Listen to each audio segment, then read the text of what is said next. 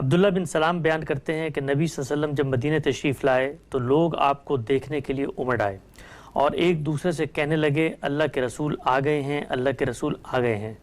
وہ کہتے ہیں کہ میں بھی ان کے ساتھ باہر نکلا، پھر میں نے جب آپ کا چہرہ دیکھا تو مجھے اسی وقت اندازہ ہو گیا کہ یہ چہرہ کسی جھوٹے آدمی کا نہیں ہو سکتا۔ اس موقع پر پہلی بات جو آپ کی زبان سے میں نے سنی وہ یہ تھی کہ آپ نے فرمایا لوگو سلام کو عام کرو، بھوکوں کو کھانا کھلاؤ، رشتہ داری کا حق ادا کرو اور نماز کا اہتمام رکھو اس وقت بھی جب لوگ سو رہے ہوتے ہیں۔ تم یہ کرو گے تو سلامتی کے ساتھ جنت میں داخل ہو جاؤ گے۔ ہم سب سنن دارمی کی روایت ہے،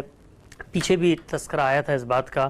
رسول اللہ صلی اللہ علیہ وسلم نے فرمایا کہ کھانا عام کرو، سلام کرو۔ سب سے پہلے بتائیے گا، انہوں نے اپنے تاثر کا اظہار کیا کہ جس وقت آپ مدینہ پہنچے ہیں تو صحابہ اکرام امڑ آئے ہیں اور دیکھ کر جو تاثر قائم کیا انہوں نے رسول اللہ کا وہ یہ تھا کہ یہ چہرے سے کوئی ایسا شخص نہیں ہو سکتا کہ جو غلط بیانی کرے یا کوئی جھوٹ بولے، بلکہ دیکھتے ہی اندازہ ہو گیا کہ اللہ کے پیغمبر ہوگا۔ اس سے کیا مراد ہے؟ اس میں کیا شبہ ہے کہ انسان کی شخصیت بڑی حد تک اس کے چہرے سے نمایاں ہو جاتی ہے۔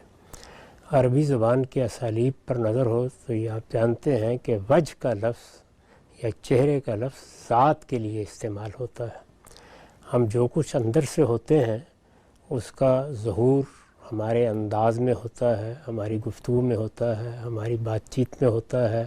ہمارے چلنے میں ہوتا ہے،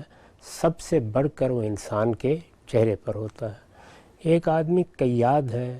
مکاریاں کرتا ہے، لوگوں کو دھوکے دیتا ہے، اوباش ہے،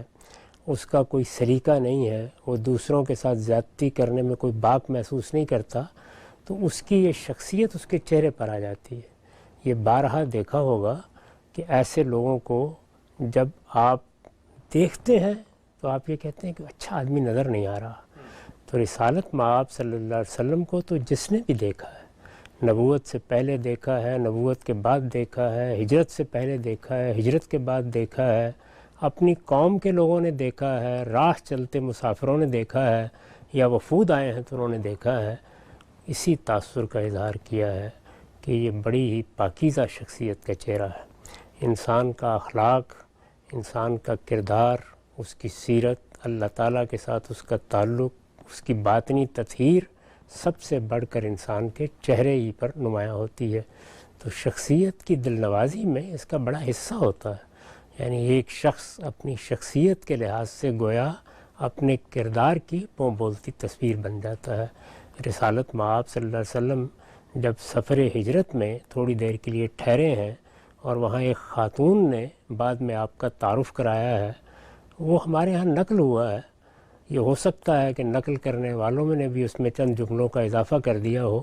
لیکن بحیثیت مجموعی اگر اس پوری تعبیر کو آپ اپنے سامنے رکھیں تو اس سے یہی معلوم ہوتا ہے کہ ہر دیکھنے والے کا تاثر یہی تھا۔ چنانچہ یہاں پر بھی لوگ امڑ آئے ہوں گے اور وہ یہ خیال کر رہے ہوں گے کہ ان کے بارے میں بہت سنا تھا، یہ معلوم ہوا تھا کہ انہوں نے پیغمبری کا دعویٰ کیا ہے، یہ کہتے ہیں کہ ان کی طرف وحی آتی ہے، تو یہ کیسے شخص ہوں گے؟ شخصیت کو دیکھنے، شخصیت کا جائزہ لینے کے نتیجے میں بعض اوقات آدمی اگر سلیم الطبع تو پکار اٹھتا ہے کہ اور ہر چیز ہو سکتی ہے، لیکن یہ کسی جھوٹے، کسی مکار، کسی دھوکہ دینے والے، فریب دینے والے کا چہرہ نہیں ہو سکتا۔ ٹھیک ہے، نقطہ آپ نے واضح کیا۔